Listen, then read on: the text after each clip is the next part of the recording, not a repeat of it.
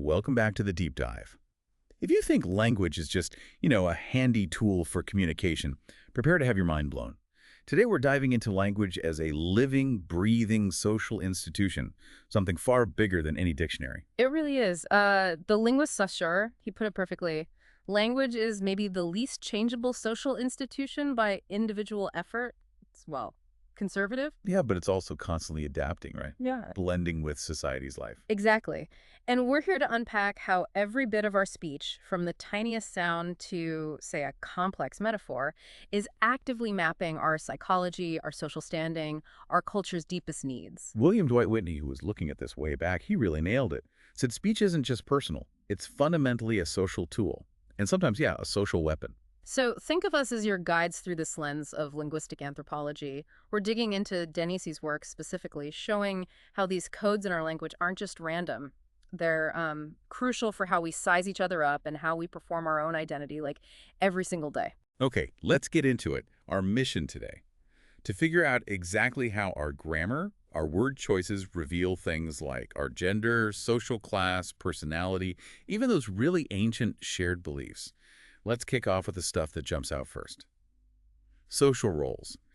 It's pretty amazing how quickly language starts encoding differences based on, social gender. Oh, absolutely. In loads of cultures, kids are sort of taught subtly different ways of speaking based on whether they're a boy or a girl, even if the basic meaning is the same. Any examples jump to mind? Sure. Think about Japanese. Traditionally, men might use hara for stomach, women onaka. Or the indigenous language Koasati, men say lawahol for lifting something, women say lahukahus.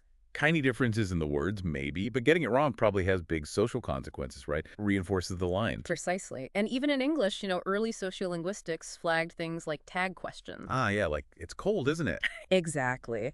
Cheris Kramer's studies back in the 70s, she noted phrases like, don't you think? Or isn't it? Were way more linked to women's speech. Kind of reflects an expectation for softer, more consensus-building talk. While things like swearing were seen as more male. That was the finding, yeah. Assigned more often to men.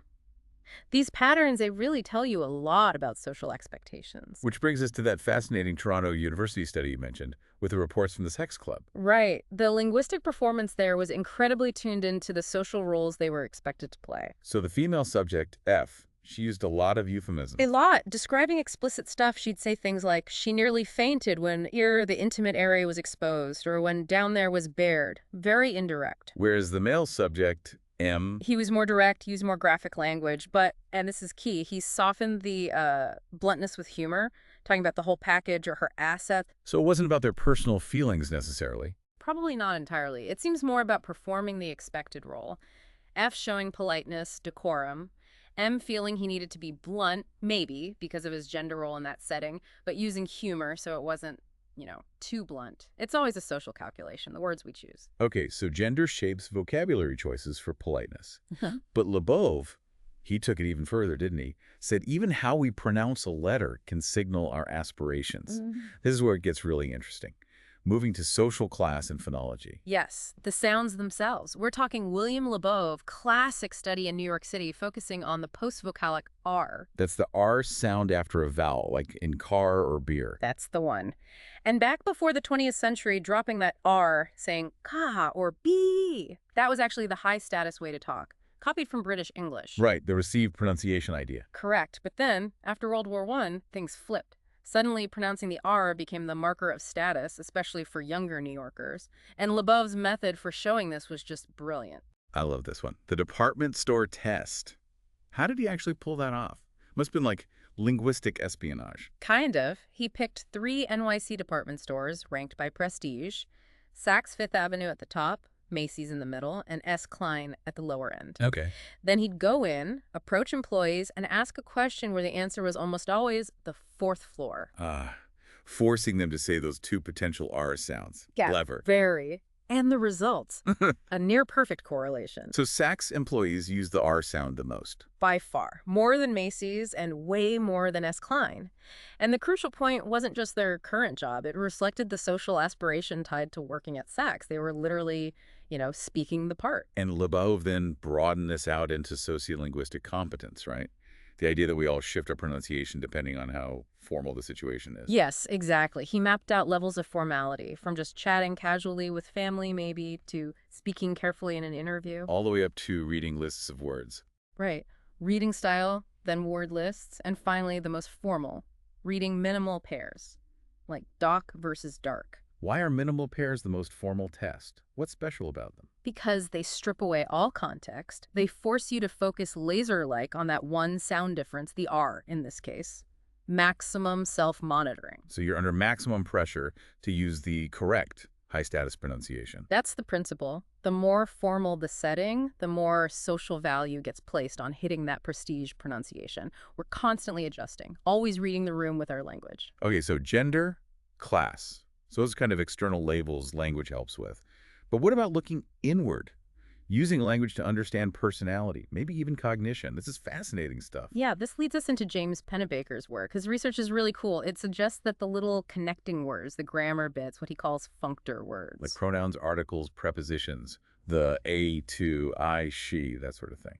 Exactly. Those tiny words, he argues, are actually more revealing of personality than the big, obvious content words. Nouns, main verbs, adjectives. That seems totally backwards. I'd think the fancy nouns and descriptive verbs we pick would say the most about us. It feels that way, right? But functor words fly under our conscious radar mostly. Pennebaker found some amazing patterns, like he noted President Obama used the word I less than any modern president since Truman. And how was that interpreted? Often as a sign of strong confidence, self-assurance, someone who doesn't feel the need to constantly put themselves at the center of every sentence. Interesting. But couldn't a low I count also mean something else, maybe a psychological distance or avoiding taking personal responsibility, not just confidence? That's the interpretive challenge, absolutely. And Pennebaker did connect pronoun use to mental health, too. He found that people recovering from trauma often shift their pronoun use as they heal, facilitating what he called perspective switching. So the little words show where our attention is focused, inward or outward. That seems to be the idea. And interestingly, their use also seems to map onto social standing again. How so? Well, findings suggest younger people, women, and those from lower social classes tend to use more pronouns and auxiliary verbs compared to older people, men, or higher classes. Any theories why? The thinking is, perhaps, that being in a position of less power or status requires you to be more attuned to others' thoughts and perspectives, more social engagement reflected in the language. That engagement idea ties nicely into how we adjust our speech for different situations, thinking about registers and styles. Right.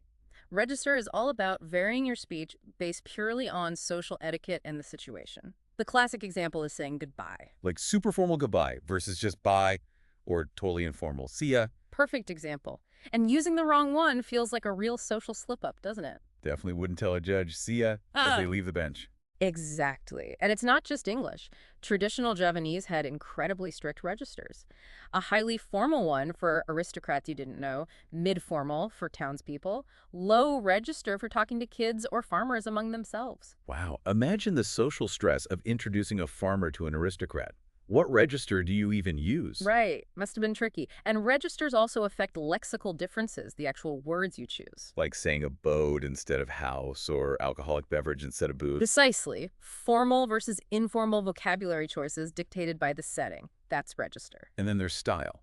How's that different? Style is more about sensitivity to the specific goal of your communication. Think active versus passive voice. Okay, like Jenny ate the apple. That's active. Right. Emphasizes Jenny, the actor. Pretty informal, direct. Compare that to sodium and chlorine were mixed. Passive voice. Right. Like in a science report. Exactly. It highlights the action or the object, not the person doing it. Scientists use it deliberately to sound objective, impartial. Removes the I or we. Style is about shaping how the audience perceives the message and your authority. So from choosing words and styles, let's go even deeper, to the power baked right into the grammar itself, through markedness theory. Okay, yeah. Markedness. It's a linguistic idea about identifying certain forms as the default, the neutral one that's unmarked, and others as special, conditional, needing extra info. Those are marked. How does that show up in social structures? Can you give an example? Sure. Look at Italian plural nouns. Yokes. Turquisti means tourists. That's the masculine plural, but it's also the unmarked form. It's generic. It can include men and women. Right. But lecturis, the feminine plural that's marked, it only refers to female tourists. You need that extra information, female, for that form. So the grammar itself isn't neutral. It reflects a default, which in this case is masculine. Exactly. It's like a fossil record in the grammar, showing a history potentially influenced by a patrilineal society.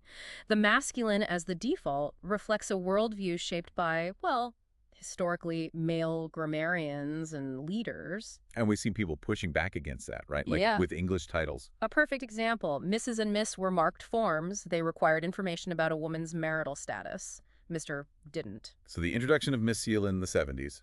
Was a conscious social move to create an unmarked title for women, parallel to Mr. Daler, to take marital status out of the equation for her title. A linguistic power move. That power and structure leads really well into onomastics, the study of names. Yeah. Giving names seems like one of the most basic social things language does. Absolutely foundational. It's a rite of passage. It turns an individual into a fully social person. You know, the Inuit belief is that you're incomplete without three things: a body, a soul, and a name. Wow. And names connect us to culture, right? Their origins. Definitely. Hebrew, Greek, Latin roots, Teutonic compounds like Will plus Helm giving us William. And then surnames came later, often out of pure necessity. To tell people apart, based on where they lived, like Appleby. Or who their father was, like Johnson, son of John. Or what they did for a living, like Smith or Baker. Exactly.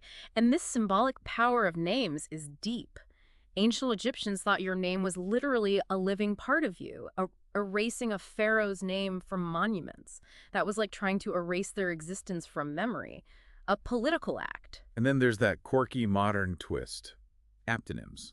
Names that seem to fit the person's job. Ah, yes, the aptonym debate, where studies suggest, controversially maybe, that people might be sort of subconsciously drawn to careers that sound like their names. Like people named doctor becoming doctors. Or lots of Raymonds in radiology because of Ray. That's the kind of thing they look at. Pelham, Marenberg, Jones did studies on first names and careers. Abel looked at doctors named Doctor, radiologists named Raymond. I have to admit, I'm a little skeptical there. Seems almost too neat. Like, people named doctor subliminally choose medicine. It feels a bit deterministic. Oh, the studies are definitely debated, and you're right to be skeptical. But the fact we even have this discussion shows how strongly we feel that language, names, identity, and maybe even destiny are tangled together.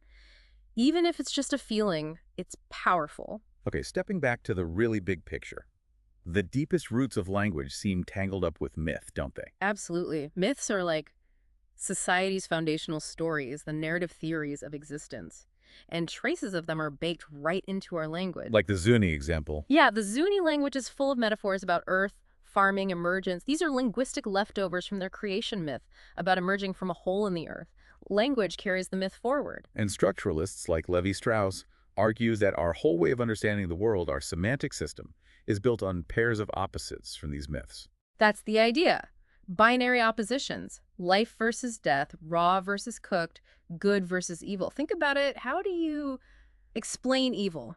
You almost always have to define it in terms of its opposite, good. Language structures meaning using these fundamental contrasts, which often originate in myth.